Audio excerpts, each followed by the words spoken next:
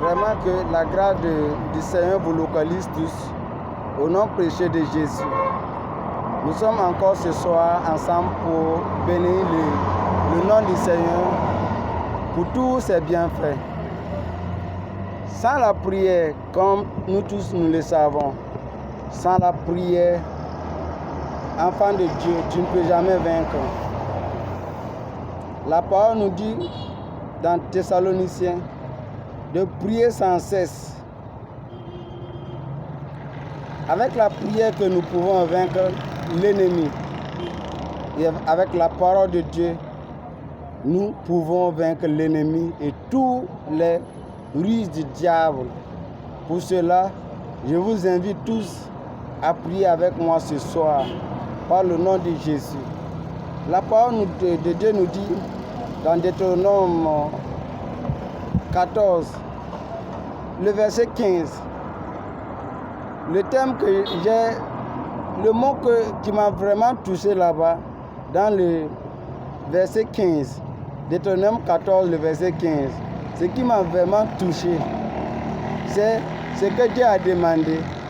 Dieu a demandé que, pourquoi ces cris?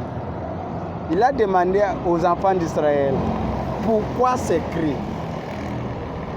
Pourquoi ces cris? Mais c'est vraiment puissant ça.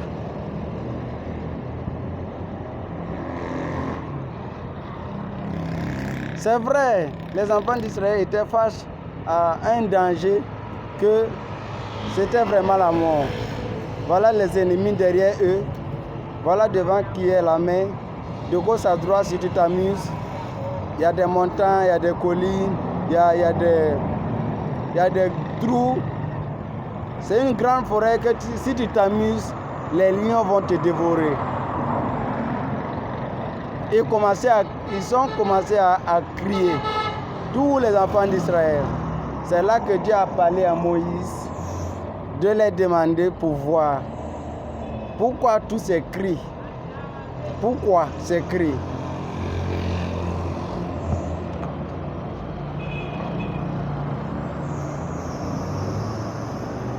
Moi, je te demande aujourd'hui, pourquoi tu cries comme ça? Comme tu n'as pas un Dieu qui est au-dessus de toutes choses.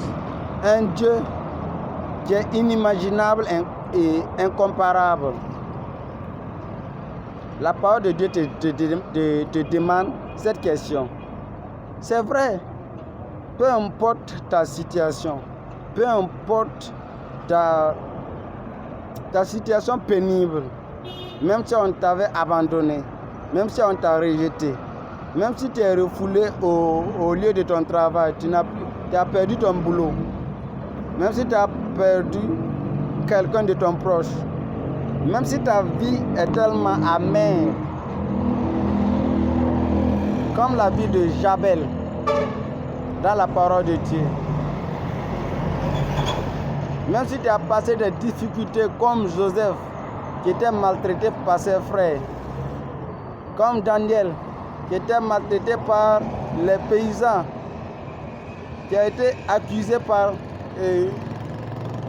des hommes autoritaires, pourvu seulement qu'on lui jette dans la fosse du lion. Mais aujourd'hui, on est ensemble, on va se poser la question. Qu'est-ce qui te préoccupe? Quel est ton problème? Est-ce que ton problème est égal au problème des enfants d'Israël? Ou le problème de Daniel? Ou soit le problème de Joseph? Je pense que ce que tu traverses et que tu cries en pensant que c'est un problème, si tu vas comparer à ces derniers, par exemple aux enfants d'Israël, Daniel et puis Joseph, si tu vas comparer ton problème à ces derniers-là, je pense que tu vas laisser pour toi tomber parce que tu n'as pas eu un problème jusqu'à... Ça peut arriver à ce niveau. Mais Daniel, il a resté ferme. Joseph, il a resté ferme jusqu'à l'accomplissement de Dieu est arrivé pour qu'il soit à la devanture, pour qu'il soit élevé. Et les enfants d'Israël, ils ont vu que c'était la mort ou rien. C'était un coup KO. Ils ont commencé à crier, à crier et à crier. Et voilà ce que Dieu a fait pour eux. Dieu a parlé à Moïse, il faut les demander pour voir pourquoi ils crient, pourquoi ils s'effraient, pourquoi ils murmurent. Dieu te demande aussi pourquoi tu as peur et pourquoi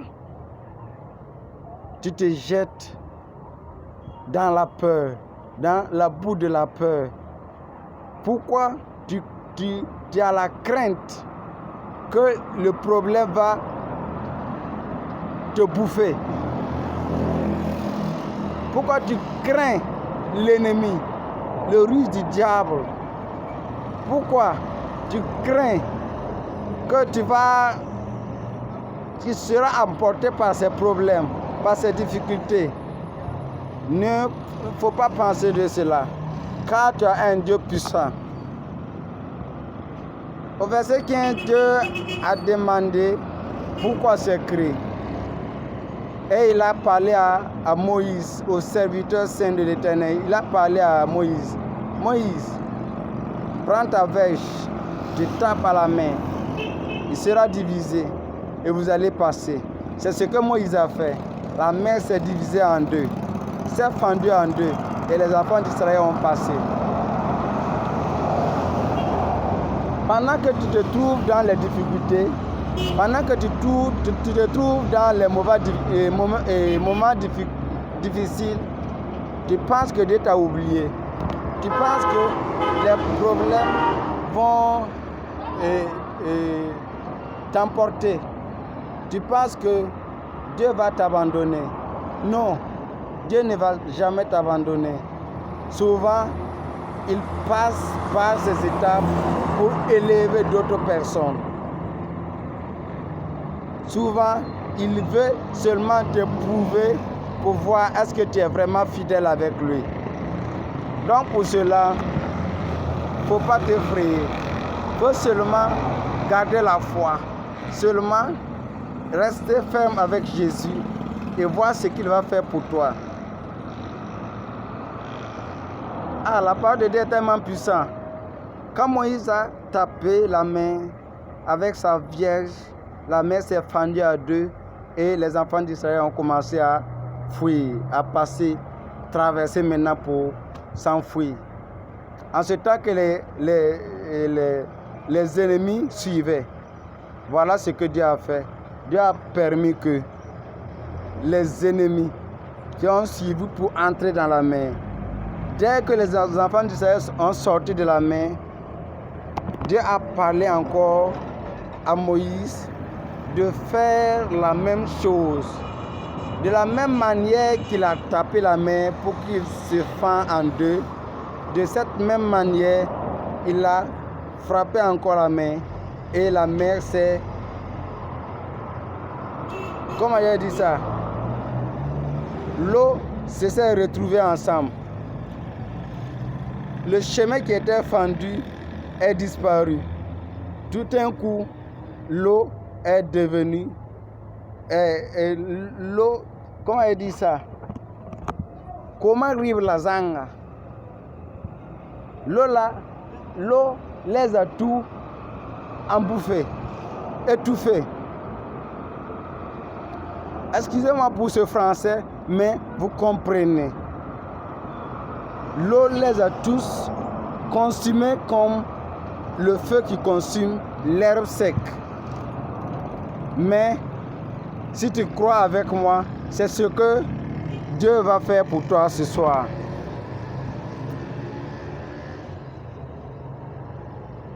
This is how God will do for you tonight. For you to know that He is a powerful God, Almighty God. Crois seulement en Jésus. Laisse ce que les gens disent. Permets que la peur te quitte. Permets que la peur s'éloigne de toi et laisse les gens te méprisent comme ils veulent. C'est Jésus seul qui va faire les miracles dans ta vie. C'est Jésus seul qui va te faire quitter là où tu étais. C'est Jésus seul qui va te faire entrer dans ton bonheur, entrer dans ton paradis. Il y a un paradis sur terre. Hein. Avant d'aller dans le paradis, dans la vie éternelle, d'abord il y a un paradis sur terre. Et que tu dois goûter ça. Paradis sur terre comment? Quand tu auras toujours la victoire sur tes ennemis, ça c'est paradis sur terre. Quand tu auras le bonheur que Dieu va donner sur toi, sur terre ici, c'est paradis sur terre avant le paradis éternel. Je ne sais pas si les gens m'entendent. Il y a un paradis sur terre. Quand Joseph a passé toutes les épreuves, il a été élevé. C'est le bonheur, non? Donc pour moi, je l'appelle paradis sur terre avant le paradis éternel. Quand Daniel a passé l'épreuve et réussi, Dieu l'a élevé. Il a été comme un roi. On l'a honoré. Quand Mardochée, Dieu l'a élevé. Il a été honoré.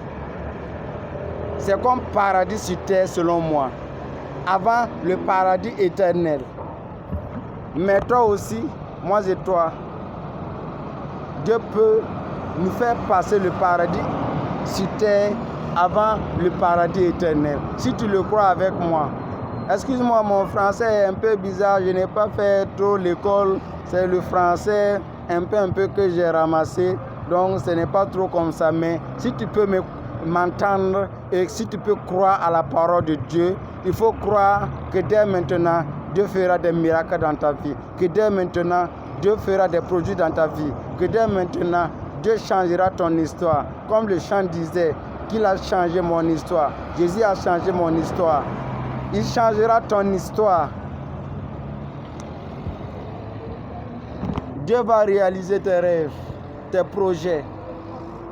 Il va te faire progresser de jour en jour, de victoire en victoire, de succès en succès. Si tu crois avec moi, fais cette prière avec moi et tu verras les résultats positifs. Et tu verras ce que Dieu fera dans ta vie. Que Dieu te bénisse abondamment. See you later. Bye bye.